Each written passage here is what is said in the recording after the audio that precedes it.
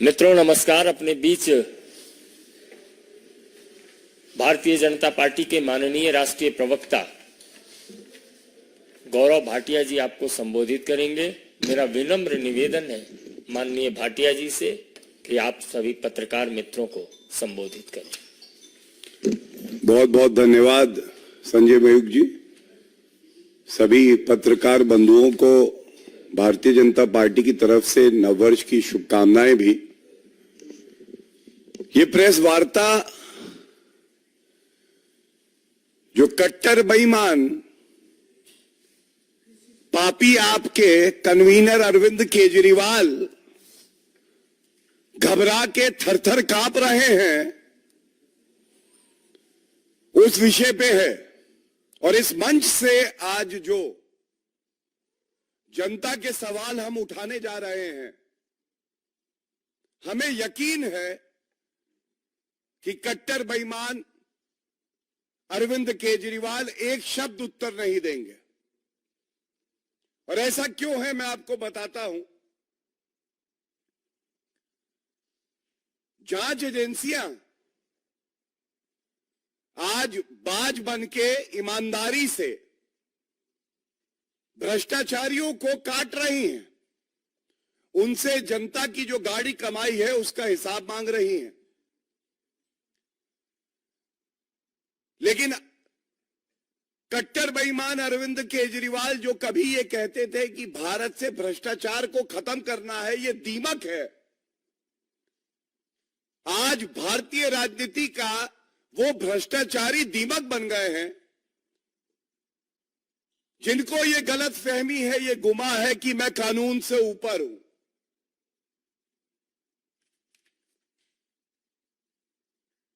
ये कहना गलत नहीं होगा। अरविंद केजरीवाल घबराए हैं, इसलिए मन ही मन कह रहे हैं, लागा चुनरी में दाग छुपाऊं कैसे, किया है भ्रष्टाचार ईडी के पास जाऊं कैसे। कानून की ताकत, संविधान का रसूख, जांच एजेंसियों की ईमानदारी आज कट्टर बेईमान अरविंद केजरीवाल पे भारी पड़ रही है। यह सवाल सबके मन में आता है, जो अरविंद केजरीवाल भारत में राजनीति में ये कह के आए कि किसी पे आरोप लगे तो इस्तीफा दे दो, ईडी उनको पहला समन भेजती है नवंबर 2023 में। अरविंद केजरीवाल स्वयं को सर्टिफिकेट दे के कहते हैं, मैं कट्टर ईमानदार हूं। संविधान की आपने शपथ ली है तो आपको तो चाहिए कि ईडी के पास स्वयं जाएं, खाता और बही दें और दिखाएं कि आपने कोई भ्रष्टाचार, कोई पाप नहीं किया। लेकिन अरविंद केजरीवाल को लगता है खाता ना बही, जो भ्रष्टाचारी अरविंद केजरीवाल कहे वो ही सही। एक चिट्ठी लिखते हैं वो, और वो ईडी को कहते हैं कि अपना समन वापस लो। आजाद भारत के इतिहास में ऐसा कभी नहीं हुआ होगा कि किसी ने जांच एजेंसी को कहा हो कि मैं तुम्हें आदेश देता हूं। भ्रष्टाचारी पापी अरविंद केजरीवाल ईडी को कहता है कि समन वापस लो। अच्छा, इसके साथ वो ये भी लिखते हैं कि अभी 5 प्रदेशों में विधानसभा चुनाव हैं और मैं बहुत बड़ा नेता हूं, स्टार कैंपेनर हूं, इसलिए मैं इस समन का पालन नहीं करूंगा और मैं चुनाव में व्यस्त रहूंगा। ये बात और है कि आंकड़े कहते हैं कि मध्य प्रदेश, राजस्थान और छत्तीसगढ़ में नोटा से कम वोट आए उनके। वो आंकड़े मेरे पास है, लेकिन मैं उसमें नहीं जाऊंगा। जो आज मुख्य मुद्दा है, हम उस पर रहेंगे। तो पहली बार अरविंद केजरीवाल जब थर-थर कांपे, घबराए, तो उन्होंने बहाना बनाया चुनाव का। फिर एक और समन दिया गया। ये 21 दिसंबर 2023। इस बार अरविंद केजरीवाल ने कहा, देखिए, मैं विपासना योग के लिए जा रहा हूं, मैं नहीं आ पाऊंगा। यह कहना गलत नहीं होगा। केजरीवाल करते नहीं है योग, कर रहे हैं केवल शराब की काली कमाई का भोग। यही सत्य है। उसके बाद एक और समन दिया जांच एजेंसी ईडी ने। आज ये उम्मीद की जा रही थी कि अगर थोड़ी भी मर्यादा अरविंद केजरीवाल में बची है, कानून के प्रति उनका सम्मान अभी जीवित है, तो वो जाएंगे और सारे प्रश्नों के उत्तर देंगे। हम तो हमेशा कहते हैं, अगर आपने बेईमानी की नहीं तो डरना कैसा।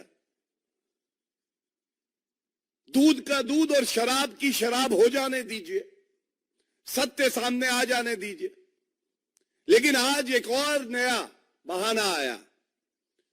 लोकसभा चुनाव है, इसलिए हमें परेशान किया जा रहा है। नहीं अरविंद केजरीवाल जी, एक बात आप भी जान लीजिए, जनता ये जान चुकी है आप कट्टर बेईमान हैं, पहला। दूसरा, जनता ये जानती है कि आप ही घोटाले के किंगपिन हैं। तीसरा, आप थर-थर कांप रहे हैं क्योंकि आप जानते हैं, जो बात हमने हमेशा इस मंच से कही है, जैसे जैसे जुड़ रही है कड़ी, वैसे वैसे अरविंद केजरीवाल के पास आ रही है हथकड़ी। और आज ये कहना गलत नहीं होगा, जो व्यक्ति एक बार नहीं, दो बार नहीं, 3 बार ईडी के समक्ष प्रस्तुत होके सवालों के जवाब ना दे, वो कट्टर बेईमान है, पापी है, भ्रष्टाचारी है, लूट खसोट करता है, कमीशन खोरी करता है, और उस व्यक्ति का नाम अरविंद केजरीवाल है।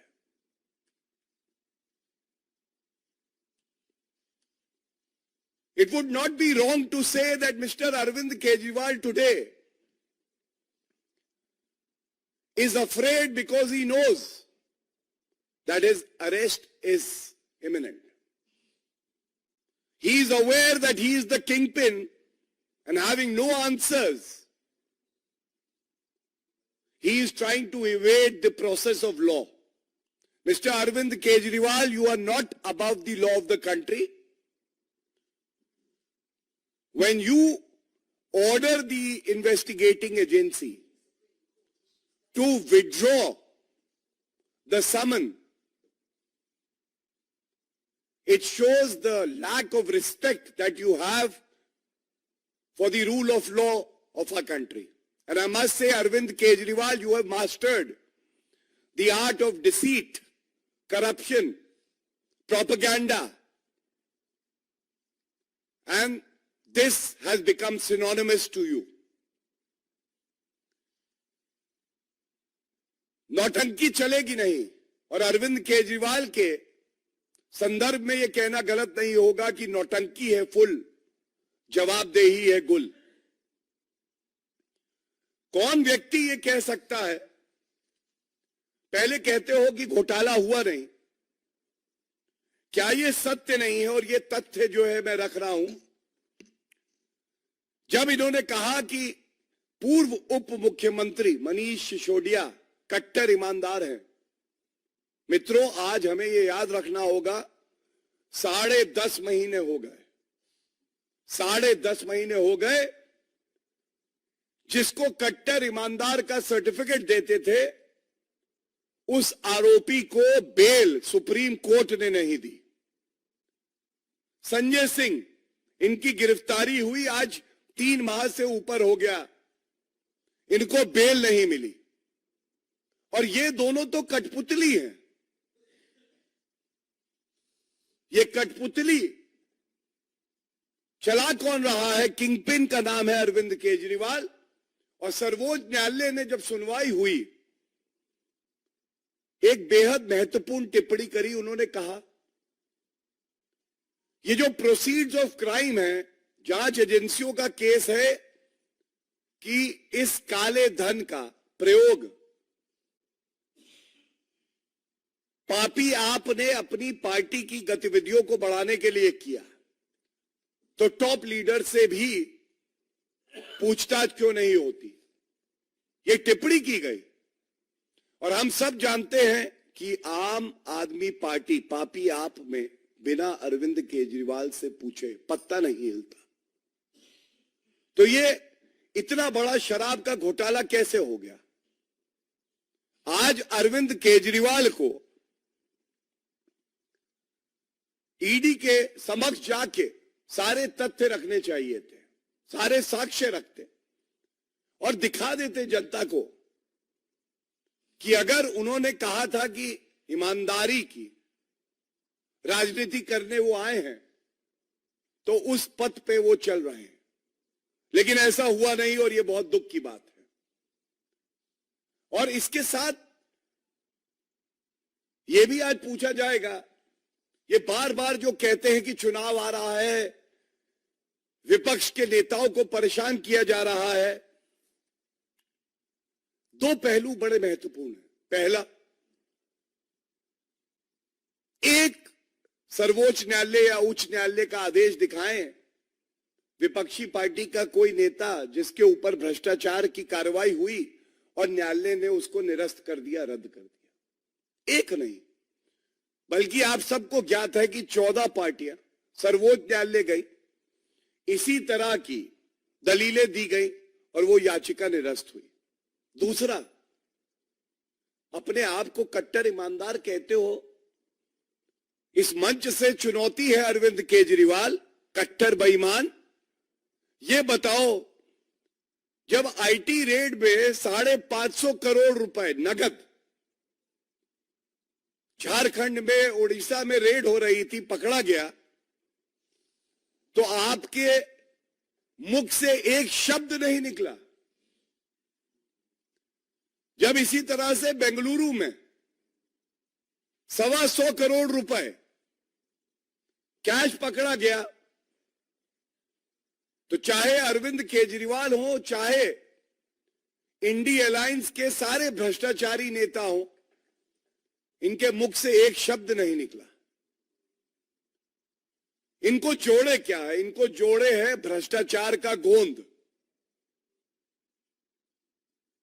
और दूसरी तरफ आदरणीय प्रधानमंत्री जी के नेतृत्व में केंद्र की सरकार है जिसका मकसद है जीरो टॉलरेंस फॉर करप्शन, कोई भ्रष्टाचारी बचने ना पाए। इस सिद्धांत पे जांच एजेंसियां, जिनको खुला हाथ दिया गया है, जो निष्पक्ष है, स्वतंत्र है, कार्य कर रही हैं। तो आज इस मंच से कोई उम्मीद बाकी नहीं है कि अरविंद केजरीवाल अपनी चुप्पी तोड़ेंगे, एक शब्द बोलेंगे, जांच एजेंसियों के साथ सहयोग करेंगे, लेकिन फिर भी अपने कर्तव्य का निर्वाह करते हुए हम लोग ये मुद्दा उठा रहे हैं। और अपनी बात को विराम दूंगा केवल एक बात और जोड़ के। अगर किसी भी व्यक्ति को, किसी नागरिक को भारत में लगता है कि उसको जांच एजेंसियां राजनीतिक द्वेष से प्रताड़ित कर रही हैं, तो वो न्यायालय जाता है। आप सबको पता है, 1 साल से ज्यादा की अवधि हो गई, जांच चल रही है, चार्जशीट फाइल हुई, अरेस्ट हुए। अरविंद केजरीवाल जी, अगर आप ईमानदार अपने आप को कहते हैं, तो आप न्यायालय जाके ये जो समन आए, इनको निरस्त आपने क्यों नहीं कराया? मैंने आपको बताया, पहला समन जो आया था वो 2 नवंबर का आया था। मतलब 2 माह का समय था, लेकिन अरविंद केजरीवाल न्यायालय नहीं गए, क्योंकि न्यायालय में बिना तथ्य, बिना साक्ष्य के कोई दलील स्वीकार नहीं की जाती है। धन्यवाद। कोई प्रश्न होंगे इस मुद्दे पे तो पहले लेंगे।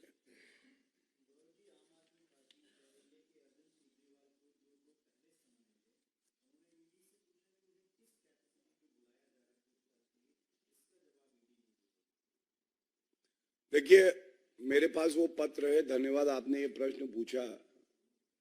पहले तो अरविंद केजरीवाल को अपने जो शराब कारोबारी हैं उनके साथ कम समय बिताना चाहिए और कानून और संविधान पढ़ना चाहिए। जब कोई भी जांच एजेंसी समन देती है तो ये बाध्यता नहीं है कानून में कि वो पहले आपको बताए कि आप एक्यूज्ड हैं, प्रोबेबल एक्यूज्ड हैं या विटनेस हैं। जब पूछताछ होती है, जांच एजेंसियों का यह अधिकार है कि वो निर्णय करें कि क्या साक्ष्य सामने आए हैं और क्या कार्रवाई होनी है। और दूसरी बात, इसी पत्र में अरविंद केजरीवाल ने लिखा है ये जो समन आए हैं ये मोटिवेटेड है। मोटिवेटेड, अगर ये मोटिवेटेड है तो जैसा मैंने कहा न्यायालय जाइए, निरस्त करा लीजिए। ये सवाल तो वाजिब है ना, लेकिन बात वो है कि ये छुपाने की कोशिश क्या है। यहां दाल में कुछ काला नहीं, पूरी दाल काली है और ये बात अरविंद केजरीवाल जानते हैं और इसीलिए डर के, थरथरा के वो हिम्मत नहीं जुटा पा रहे कि जांच एजेंसी के सामने वो कुछ पल भी बैठ जाए।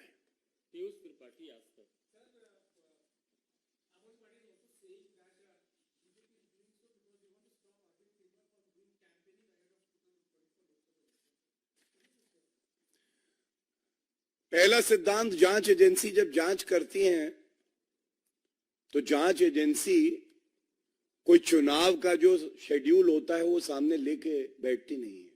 जांच चलती रहती है, वो एक इंडिपेंडेंट प्रक्रिया है। लेकिन क्योंकि आपने सवाल उठाया और हम लोग तैयारी से आते हैं, यही हमारी खूबी है, तो ये तथ्य मैं आपके सामने रख देता हूं।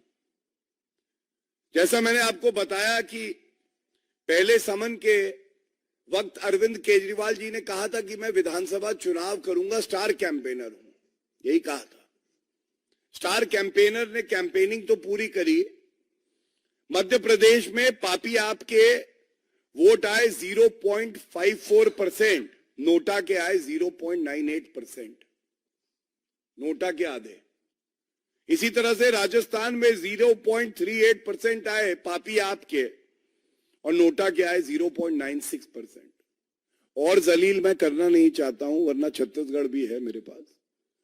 मैं केवल एक बात बताऊंगा, चुनाव लोकतंत्र की नींव है, लेकिन जनता के मन में यह बात है कि जो व्यक्ति चुनाव के दौरान मेरे पास मेरा वोट मांगने आए, उसमें इतना दमखम, इतनी ईमानदारी हो कि वो जांच एजेंसी के पास जाके सामने बैठ के जो प्रश्न है हमारी गाड़ी कमाई के बारे में, उस पे उत्तर दे। और ये दमखम कट्टर बेईमान पापी आपके कन्वीनर अरविंद केजरीवाल में नहीं है।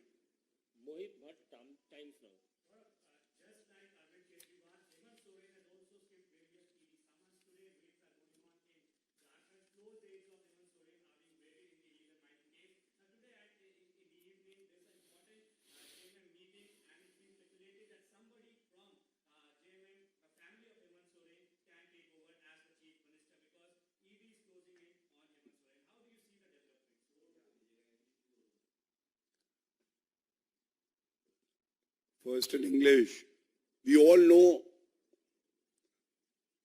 our revered leader, the tallest leader in the world, Shri Narendra Modi ji, has always said, there are 3 vices that have to be eradicated from Indian politics.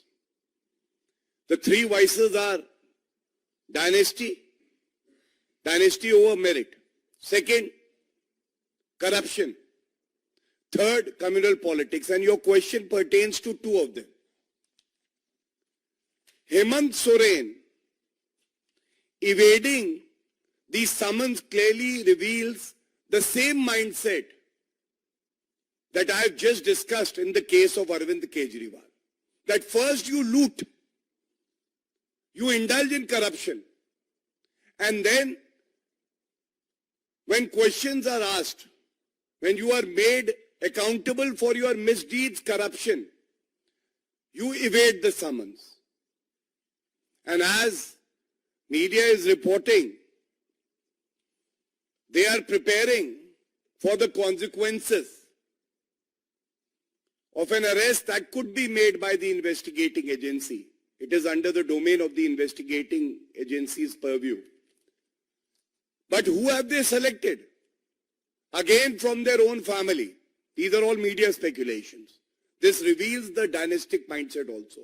And I will tell you, be it Arvind Kejriwal, Hemant Soren, or any other corrupt leader, the days are over where corrupt leaders used to rule over the honest citizenry of the country. The only place for the corrupt leaders is behind bars, and it is a firm resolve that every corrupt leader will be punished as per law and will have to face the consequences of the misdeeds and the corruption that they have indulged in. Do you want it in Hindi also?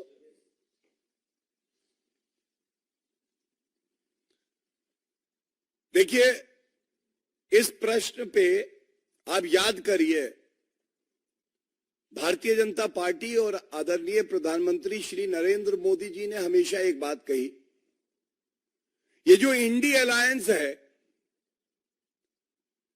ये पर्याय है भ्रष्टाचार का। सारे leader या तो jail में या बेल पे, और ये जेल और बेल पे इसलिए है क्योंकि एक ईमानदार सरकार जिसने जांच एजेंसियों को खुला हाथ दिया है कि किसी से घबराना नहीं, कानून की ताकत, जनता का विश्वास आप पर है। चाहे हेमंत सोरेन हो और चाहे अरविंद केजरीवाल हो, ये लूट खसोट करने में, भ्रष्टाचार करने में कभी नहीं घबराते। घबराते ये तब है जब जांच एजेंसियां इन्हें समन देती हैं। जो बात अरविंद केजरीवाल के लिए कही, वही बात हेमंत सोरेन पे भी लागू होती है कि अगर छुपाने के लिए कुछ है नहीं, अगर भ्रष्टाचार किया नहीं, तो बार बार तुम्हें समन्स दिए जा रहे हैं, क्यों नहीं चले जाते हो? पूछताछ हो जाने दो। लेकिन नहीं होगा। और एक बात मैं और कह दूं, 3 ऐसे मसले हैं जिस पे हमने प्रहार करने का संकल्प लिया है। पहला, भ्रष्टाचार को खत्म करना है भारत से। दूसरा, योग्यता ऊपर रहेगी और वंशवाद को खत्म करना है। और तीसरा, सांप्रदायिक राजनीति। और जब हेमंत सोरेन की बात आती है तो 2 बिंदुओं पे, भ्रष्टाचार समाप्त करना, और जो नाम मीडिया में रिपोर्ट्स हैं, सामने आ रहा है कि अगर हेमंत सोरेन की गिरफ्तारी होती है तो उन्हीं के परिवार का सदस्य उनकी जगह लेगा, वो वंशवाद का उदाहरण है। तो ये दिखाता है कि आज भारत में 2 सोच है। एक सोच है एनडीए की, भारतीय जनता पार्टी की, जहां पे राष्ट्र हित सर्वोपरि है, योग्यता आगे है, सबका साथ सबका विकास है। और दूसरी तरफ वंशवाद, भ्रष्टाचार और सांप्रदायिक राजनीति करना। और इतना ही कहेंगे हम पूरे यकीन से, कोई भ्रष्टाचारी कानून से ऊपर नहीं है और कोई भ्रष्टाचारी बचेगा नहीं। जिसने भ्रष्टाचार किया है वो जेल की सलाखों के पीछे होगा, चाहे वो कितने बहाने बनाए, उसकी सही जगह, उपयुक्त स्थान केवल जेल की सलाखों के पीछे होना है। बहुत बहुत धन्यवाद। Thank you.